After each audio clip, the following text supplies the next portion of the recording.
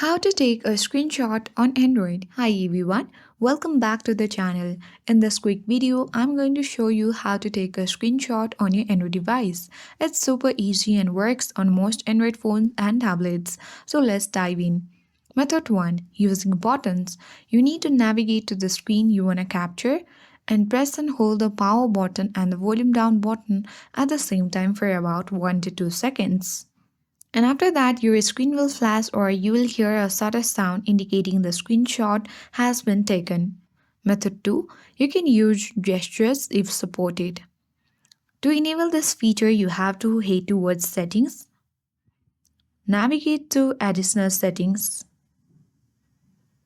Now tap Accessibility and look for a screenshot. If you don't get here, come back and it will appear here only. So let's tap a screenshot and make sure that you turn on the buttons for all these three options so that you can easily use gestures such as 3-finger swipe down, 3-finger touch and hold.